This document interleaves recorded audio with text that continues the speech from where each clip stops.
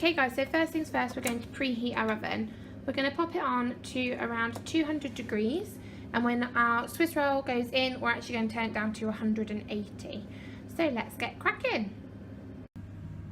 Okay, so while our oven is heating up, we're going to prepare our tray. So we want to have a lovely baking tray with a good deep dish on it, something preferably with a decent size. I've gone for this one, and this means we're going to get plenty of rolls and layers in there. If you don't have one this big, don't worry, it might be that you have enough mixture to maybe make 2 smaller ones, but you definitely need a large tray with a good lip on it, just to make sure that when the cake has a little bit of rise, it's got somewhere to go and it's not going to spill out.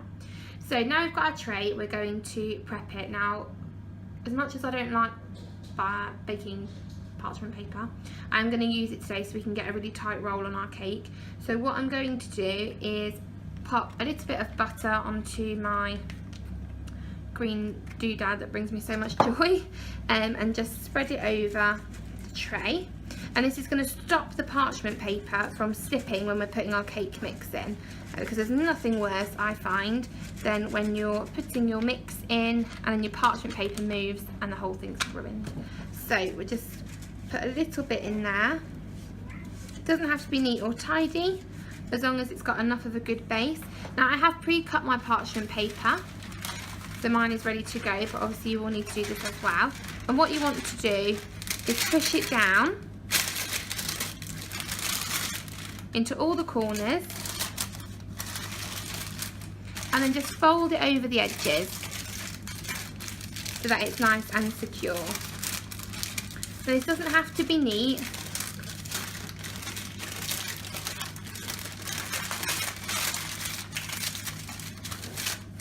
And that's it. There we go, that's ready. So we'll put that to side, and then we'll start making our cake mix. Alrighty, so the next step is to separate our eggs. So I have a small bowl and our mixing bowl, and what we're actually going to do is put the yolks in the small bowl and the whites in the mixing bowl, because we're going to whisk our egg whites straight after. And we do want large eggs for this, just because they've got obviously a bit more to them. And this cake doesn't actually have any flour or any butter in it, so it's quite a good cake. However, you do need to make sure that you get plenty of air into your mix from your eggs.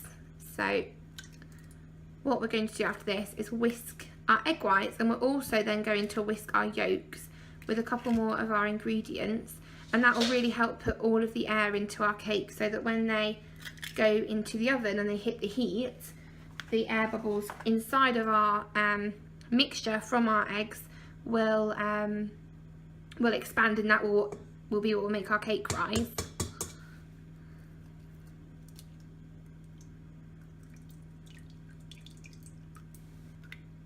And just keep an eye out for any shell. There is actually a little bit in there, and the trick to getting shell out is to actually use the shell itself, because it just goes straight through the egg yolk. I don't spend hours and hours trying to fish around with your fingers, because you will just be there for forever. If you just use the eggshell, it comes straight out.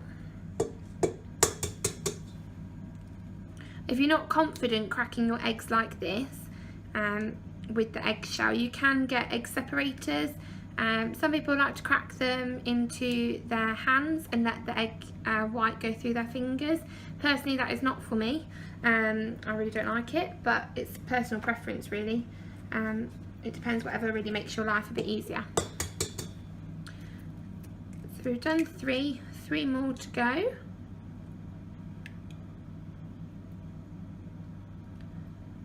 Just be very delicate with your egg yolk. The one thing with egg whites is if you do get any egg yolk in there, they won't whisk.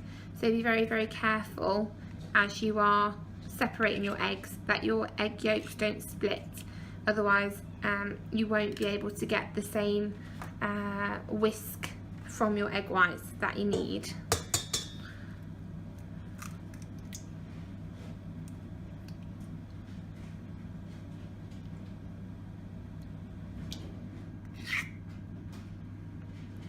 So last one. And then what we're going to do is put our egg yolks to the side, and our egg whites are going to go in the mixer, or if you're using handheld, just a high whisk. So it's going to go on a very high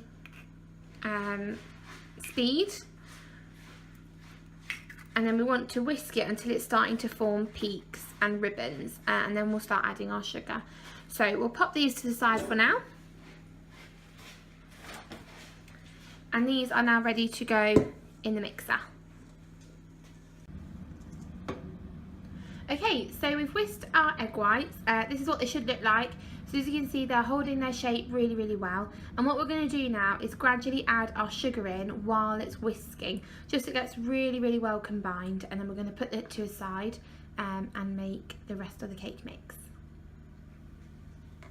Okay, so we've just whisked in 50 grams of caster sugar, which is all we're going to add to our egg whites. As you can see, they look a little bit shinier now. So I'm going to transfer this to another bowl and then get ready to make our other egg mix. So to our bowl, we're now going to add our 6 egg yolks. So, and there you go. And then we're going to add the remainder of our caster sugar, which is 100 grams. So we'll just weigh that out quickly.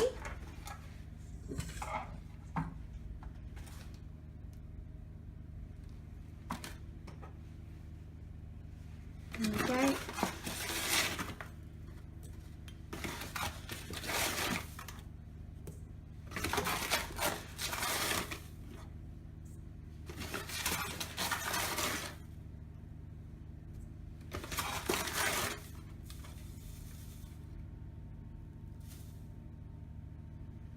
Perfect. So now we're just going to pop this again in the mixer until it's quite frothy. It'll be very pale yellow, and then we're going to take it off and add our cocoa powder and our vanilla extract.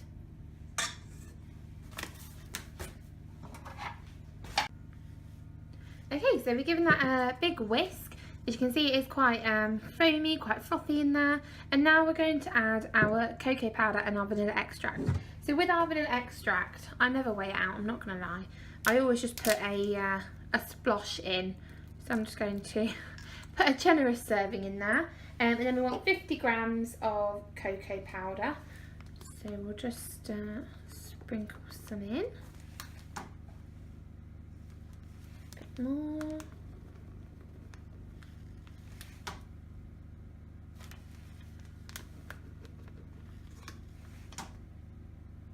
And there we go. So all I'm going to do now is just gently fold it all together. I'm not going to be using the whisk now, as the next bit is quite delicate with the egg whites. So once this is all combined, we're going to slowly add our egg whites to this mixture. Now at this stage it will go quite stiff, but you don't need to worry because the egg whites will loosen it off quite a lot. So it ends up being quite a moussey mixture, if I'm honest. So once you're sure that that is all combined, we're then going to get our egg whites from our separate bowl. And initially we're going to just take a big old chunk. So say about 1 spatula or 1 spoon's worth, and that's kind of sacrificial. We're just going to mix that in just so this mixture isn't too stiff. Otherwise, when we go to mix our the rest of our egg whites in, they won't combine very well and we'll end up beating all the air out. So we just put a little bit in to help loosen this off. As you can see, it's a bit runnier now. And now we're going to start gently folding in our eggs. I always do this in thirds, so we'll take 3 lots and you'll see it will slowly change to a slightly less dense consistency. It should go quite airy.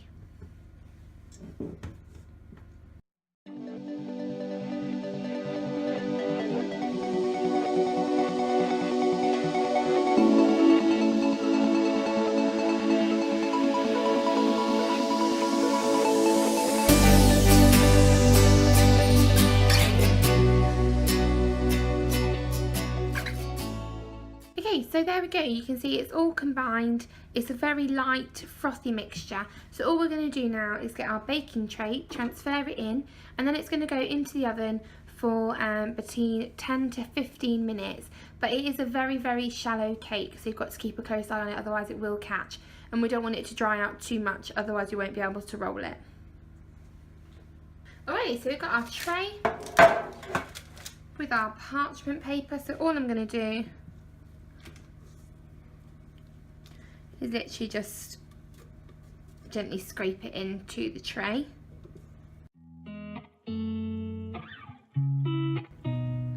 So there we go. And all I'm going to do is gently spread it, being very careful not to knock too much air out.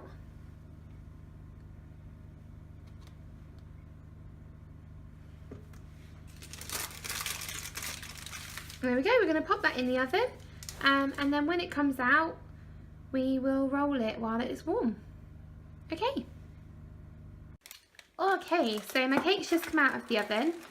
Actually, it hasn't risen a lot, but we don't really want it to for Swiss roll. So a way to test your cakes, if you're not sure if they're done or not and you don't want to put a hole in them, which I don't with this mix, is just to gently press on the top, and if it springs back, then it's done. If when you push it, it leaves a dent still, it's not ready and you need to put it back in the oven. So what we're going to do now is turn it out while it's still warm. So I'm just going to move that to the side and get another piece of parchment paper.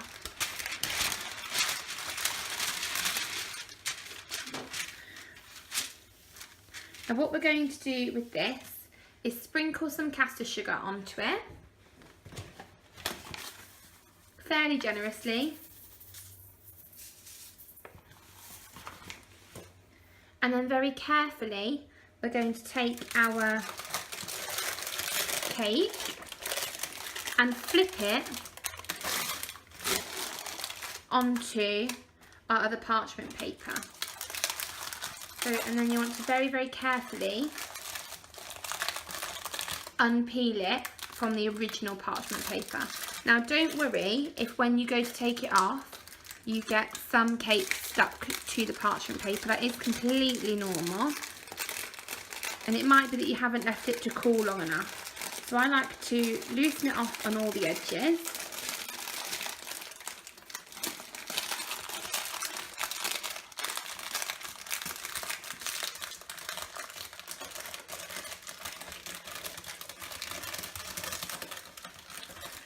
And then once it's off all of the ends, start to gently peel it back from a corner. As you can see, it does leave like a almost like a ghost outline of your cake, and that's just what we want. Now if you pull it at an angle, you won't get any rips as much as you would if you just go straight across, because the pressure where you're pulling isn't down the lines of the cake, if that makes sense. So where you can, try and pull across at an angle as opposed to straight across one way or the other. And do take your time with this, there is no rush. Obviously when your cake is warm, it's still very soft and quite delicate, so you don't want to go tugging it around quite forcibly.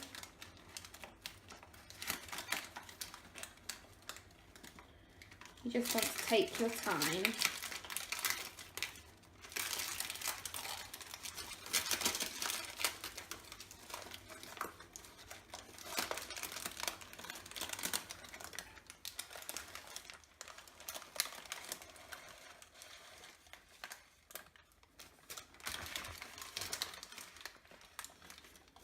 There we go.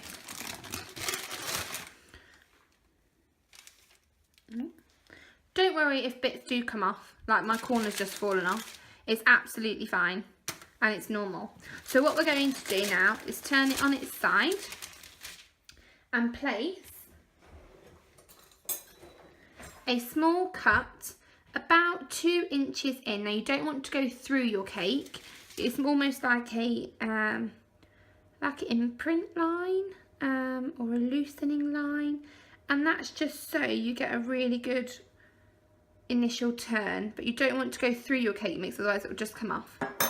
And then what we're going to do is just gently fold that inwards onto itself, and then begin to tightly roll the cake using our parchment paper. And what we're going to do now is, now that it's rolled up tightly, is leave it to cool like that, so that when we unroll it, it has a natural curve to it. If you try and roll a completely cooled cake, it won't roll very well. So now we're just going to leave that to cool down, and we're going to get our filling ready.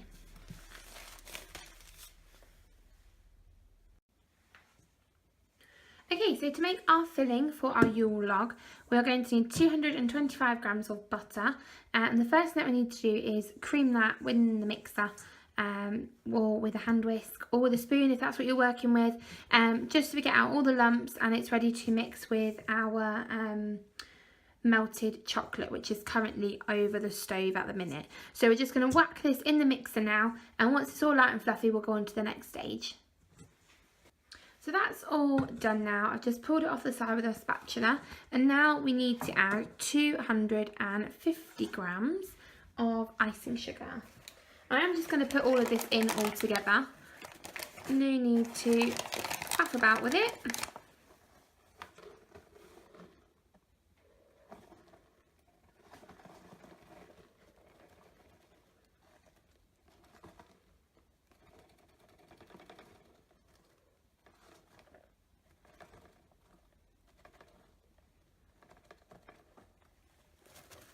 There we go, so 250 grams. And again, I'm just going to pop this back in the mixer on a very, very slow speed, just so we don't icing sugar that out the place. And then once that's all mixed, we're going to start adding in our melted chocolate. And then that should be our mix ready to go. Okay, so that is all combined now, looking lovely and fluffy. So the next step is to add our melted chocolate. Now I have had this off the heat for, I would say, maybe 3 to 5 minutes, just so it doesn't actually melt the butter on contact. So although it is melted, it is quite cool. So we're just going to scrape that into our bowl.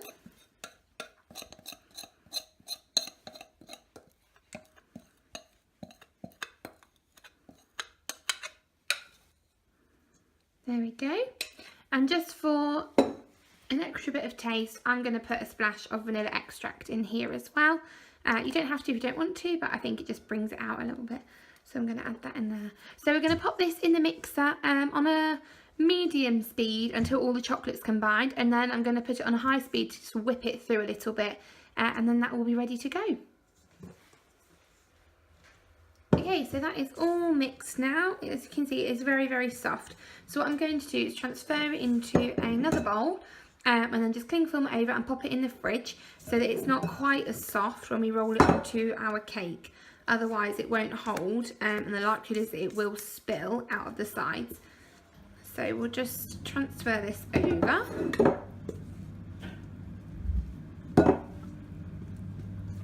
And then the final stage will be to whip our double cream. Now, Yule logs I don't think traditionally have cream in them, but I find that it's quite heavy without it, and it just seems to just lift it that little bit. So I do put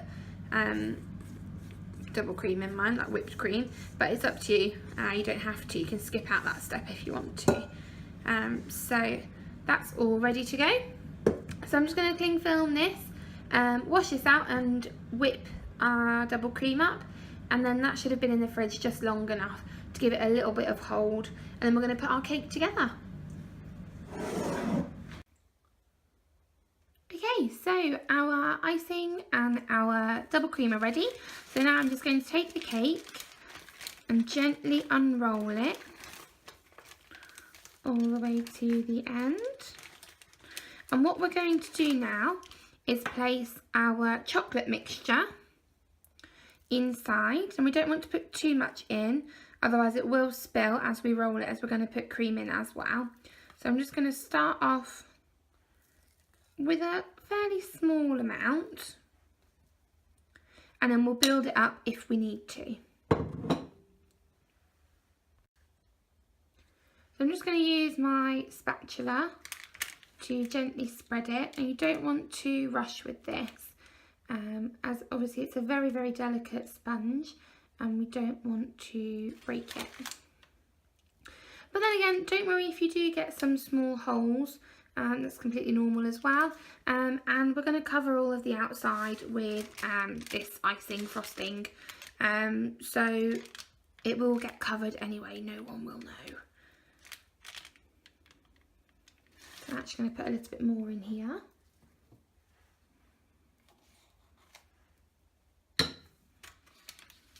And then we're going to do the exact same thing with our double cream. Ooh. And then we're going to roll it.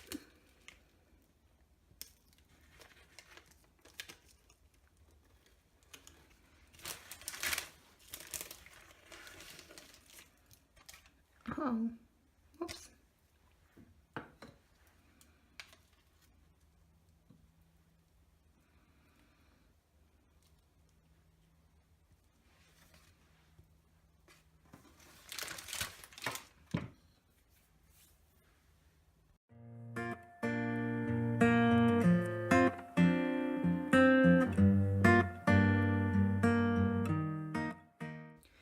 Okay, now we're going to roll it. So I'm going to turn it towards me with the small cut that we put in the beginning facing me, and all we're going to do is very, very gently fold it over and begin the roll. Now if you want to use a parchment paper to help you, you can, and I find that sometimes just pulling it does actually help quite a lot, but you want to try and get quite a tight roll, so make sure you keep tucking it in as you pull it.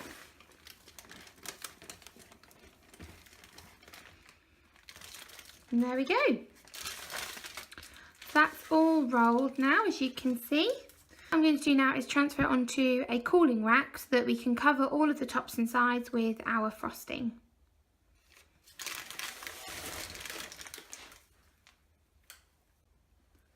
So I've transferred my Yule Log onto a cooling rack, and all I'm going to do now is taking my chocolate frosting, I'm just going to place it roughly along the cake, just putting it in segments.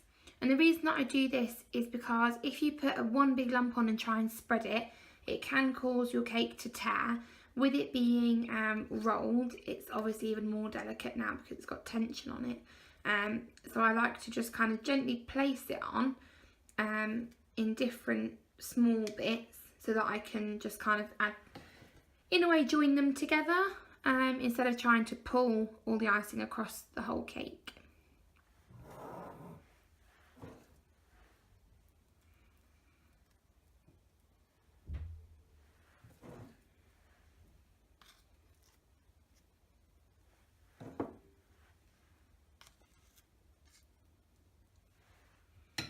And then all we're going to do is very, very gently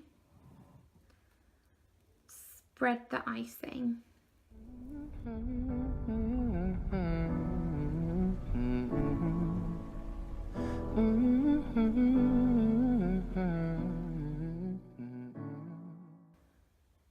And lastly, we need to cover the ends. So with any leftover icing,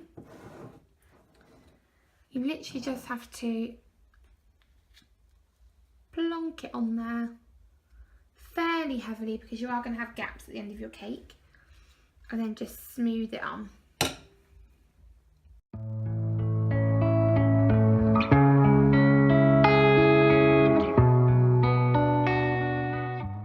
So there we go. I'm now going to transfer this onto a cake stand, and then I'm going to add some detail to it. The reason that I do it after I've moved it is because when you move it with a cake mover or a spatula or however it is that you do it, you can accidentally, muck up your icing because it's very, very soft. So I'm going to add the final details once it's on the cake stand. Alrighty, so I've transferred my cake, and all I'm going to do now is make small etchings in it like bark. Now I'm going to be using this tool for that. It's a fondant tool, but I find it gives quite good marks. If you don't have something like this, don't worry. You could use, for example, the end of a paintbrush, or if you're careful, you could use a sharp knife. But we're just looking to give it a little bit of texture. So it's a bit rough from the icing anyway, which is what we want. And then all I'm going to do is, starting at one end, just drag some marks in. And I'm not going to go all the way down, as bark isn't all one, it's not all one line down. So we'll just put little marks in it. And it just gives your cake a bit of character. Just want to make sure that you are doing it all over, starting at different points as you go.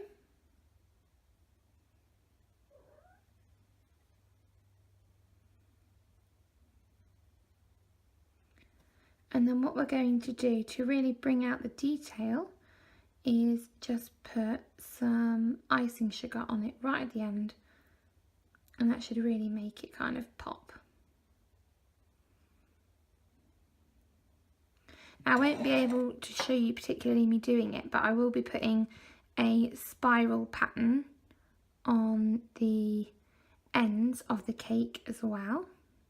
Now, depending on the tin that you've used and how long your cake is, you may want to cut it at a diagonal and kind of place it onto the side of your cake. Obviously mine isn't really big enough for that, but that is something that you can do if you wanted to kind of give it a bit more of an authentic look. But personally I like mine like this, just all in one. So we'll just do this side.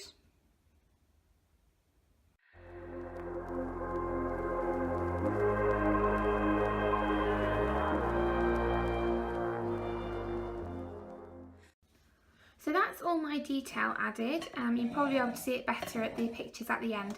The last thing I'm going to do now is very, very gently just put a little bit of icing sugar on there. You don't need too much, but just enough to bring it to life a little bit more.